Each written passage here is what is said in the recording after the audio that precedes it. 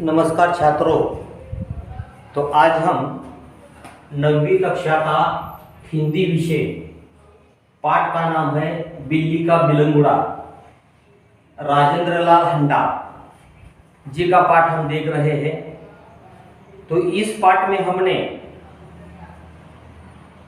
बिल्ली के कारण लेखक के घर में हैरानी कैसी निर्माण हो गई थी और उस बिल्ली को दूर कहीं छोड़ने के लिए अमरू जाता है, तो अमरू के बारे में जो घटना थी वह घटना कौन सी थी वह हम लोगों के मुंह से सुन रहे थे।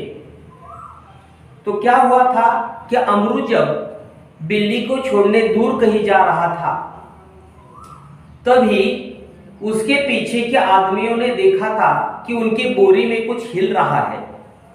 तो हिलने के कारण आदमियों को पता चला कि यह जो आदमी है वह बच्चे चुराने वाला आदमी है, क्योंकि उस समय उस टाइम दिल्ली में कुछ जगह नन्हे नन्हे बच्चों को चुराकर कई आदमी गए थे। इसलिए इस आदमी को ऐसा पता चला कि वह भी बदमाश आदमी होगा, इसलिए थानेदार को बुलाया था। सभी लोग इकट्ठा हो गए थे, उनको मारना पीटने की शुरुआत कर रहे थे। तो क्या होता है उनके आगे हम देखने वाले हैं। देखिए पन्ना नंबर 6 पर हम आ गए थे। उन दिन दिल्ली में बड़ी सनसना फैली हुई थी। नगर के सभी भागों से बच्चों के उठाए जाने की खबरें आ रही थी। एक दो बार पत्रों में यह छपा कि जमुना के पुल पर कुछ आदमी पकड़े गए जिन्होंने बोरियों में बच्चे बंद किए हुए थे। तो घटी हुई जो घटना है और अमरू का जो प्रसंग है वह सेम है। यानी कि एक जगह हमें ऐसा देखने को मिलता है कि आदमी क्या कर रहे हैं, अमरू पर शक कर रहे हैं। स्कूलों से बच्चे बहुत सावधानी से लाए जाते थे। पार्कों में और बाहर गलियों में बच्चे का खेलना कूदना बंद हो चुका था। दिल्ली नगर पालिका और संसद में इसी विषय पर अनेक सवाल जवाब हो चुके थे, इसलिए इस मामले में राजधानी के सभी नागरिकों की दिलचस्पी थी। आश्चर्य इस बात का नहीं कि लोगों ने अमरू पर संदेह क्यों किया, बल्कि इस बात का था कि उन्होंने अभी तक उसकी मार पिटाई शुरू क्यों नहीं कर दी। वातावरण में सनसनाई और तणाव की कमी न थी।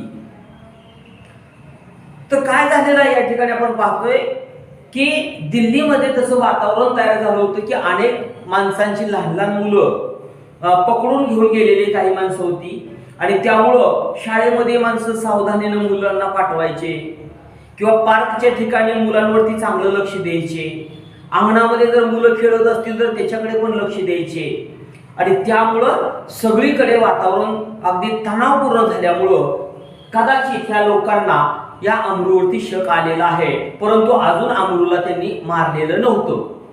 फक्त तुझ्या पोत्यात काय आहे ते दाखव म्हणत होते। अगर थानेदार और पुलिस का सिपाही वहां न होता तो अब तक अमरू पर भीड़ टूट पड़ी होती। थानेदार ने आते ही अमरू की कलाई पकड़ ली और पूछा, बोल यह बच्चा तूने कहां से उठाया है और इसे तू कहां ले जा रहा है, बता कहां है तेरे और साथी, आज सबका सुराग लगा कर ही रहूंगा। तर आता या ठिकाणी सुराग नावाचा शब्द आलाय। सुराग, सुराग म्हणजे तपास, सुराग म्हणजे तपास। आता त्या थानेदारानं त्याचं कॉलर पकडलेले आहे आणि त्याला धम देतोय की तू या मुलाला कुठून उठवलं, उचललेलं आहे, तुझ्या अजून साथी कुठं आहेत, आतापर्यंत तो किती मुलांना असं पकडून घेऊन गेलेला आहे, म्हणजे अजून त्या पोत्यात काय आहे पाहिलेलंच नव्हतं. तोपर्यंतच काय आहे की ठाणेदार त्याची भाषा तो बोलू लागलेला आहे. अब अमृत तो दिल में हंस रहा था, मगर थानेदार की धमकियों से कुछ घबरा गया.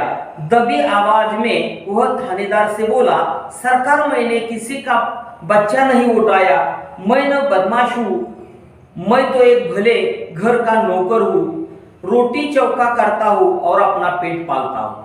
आता ह्यानं उत्तर दिलं अमरूनं की मी असं काही कोणाला पकडलेलं नाही, मी अतिशय साधा माणूस आहे आणि मी एका घरी काय करतोय, नोकरी करतोय, तिथं भाकरी करतोय, चाकरी करतोय मी आणि माझं पोट भरतोय. जो आदमी थानेदार को बुलाकर लाया था क्रोध में आकर बोला, क्यों बकते हैं बे दरोगा जी, ऐसा नहीं यह मानेगा, 2-4 बेत रसीद कीजिए.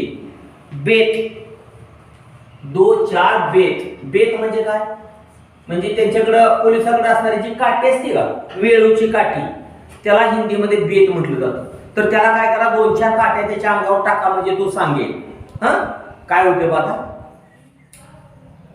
दरोगा ने बगल से निकलकर बेत अपने हाथ में ले ली ही थी. अमरू नम्रता पूर्वक झुका और बोला, सरकार, आप जितना चाहे मुझे पीट ले, पहले तो यह तो देख ले कि इस बोरी में है क्या. हुक्म तो चलिए थाने चले. यद्यपि थानेदार इस बात पर राजी हो गए थे, पर भीड़ कब मानने वाली थी. लोग चिल्ला उठे, हरगिज नहीं, ऐसा कभी नहीं होगा, हम सब इस आदमी की बदमाशी के गवाह है. गवाह म्हणजे काय, गवाह, साक्षीदार. तर अमरू म्हटलं होतं की ह्या पोत्यात काय आहे ते तर पहा, जर असेल मी गुन्हेगार तर मला पोलीस स्टेशनला घेऊन चला.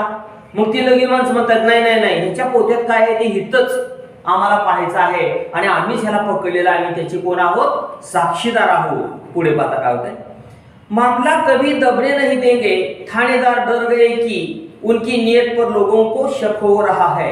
उन्होंने अमरू से कहा, अच्छा बोरी को नीचे रखो, उसका मुंह खोलो. अमरू शांतिपूर्वक नीचे बैठ गया और धीरे से उसने बोरी का मुंह खोल दिया. जैसे ही बोरी का मुंह खुला, बिल्ली का बिलंगड़ा छलांग मारते हुए एक तरफ भाग गया और लोग देखते ही रह गए. तर त्या अमरूनं त्या पोत्याचं तोंड सोडताच काय झालेलं आहे, त्यातून ते मांजर उडी मारून पळून गेलेलं आहे. म्हणून इथं शब्द दिला बा, बिल्ली का बिलंगुडा. म्हणजे या पाठाला दिलेला जो शीर्षक आहे, तो शीर्षक या ठिकाणी आपल्याला शेवटी पाहायला मिळत आहे.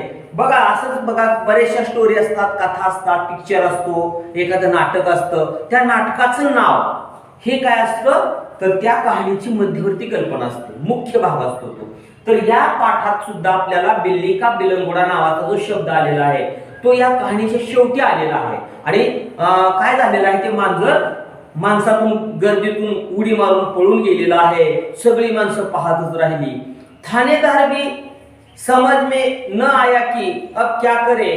वह थाने की तरफ मुड़ा और एक तांगे वाले के पीठ पर बेत मारते हुए बोला, जानते नहीं कि रास्ते में तांगा खड़ा नहीं करना चाहिए. इस प्रकार अपनी झेप मिटाने का यत्न करते हुए दरोगा जी चले गए और अमरू हंसता हुआ घर वापस आ गया. आणि मग त्या थानेदारला वाटायला लागलं, आता आपण चुकीच्या ठिकाणी आलो, हा काय आरोपी नाही. आणि मग त्यानं माघारी वळलं. ठाण्याकडे तो चाललेला आहे. तेवढ्यात वाटेमध्ये एक टांगेवाला काय करत होता की त्या गर्दीमध्ये काय घडलंय हे उभा करून पाहत होता. त्या पोलिसांनी काय केलं, त्या टांगेवाल्याच्या पाठीत एक काठी टाकलेली आहे आणि त्याला खवळलेला आहे तो, की तुला कळत नाही काय, तर रस्त्यात टांगा उभा करायचा नसतो. म्हणजे आपली फजिती झाल्यानंतर आपण सुद्धा कधी कधी अशा पद्धतीनं एकमेकांवरती खवळत असतो. आणि या ठिकाणी काय झालेलं आहे, हा ठाणेदार त्याच्या ठाण्यामध्ये गेलेला आहे. सगळी माणसं निराश होऊन हसत म्हणजे त्यांचा अपमान झाला ना आणि निघून गेलेले आहेत. आणि हा अमरू सुद्धा काय झालेला आहे, आपल्या मालकाच्या घराकडे सरळ चालत आलेला आहे. आणि म्हणजे अशा पद्धतीचं बिल्ली का बिलंगुडा नावाचा जो पाठ आहे, या पाठामध्ये आपल्या आसपास घडणाऱ्या ज्या घटना असतात त्या घटना कशा मजेशीर असतात या घटनेविषयी आपल्याला या ठिकाणी राजेंद्रलाल हंडाजींनी भरपूर माहिती दिलेली आहे. हा पाठ आपण बऱ्याच वेळा म्हणजे गेली कितीतरी 4-5 तास झाले आपण हा पाठ पाहतोय.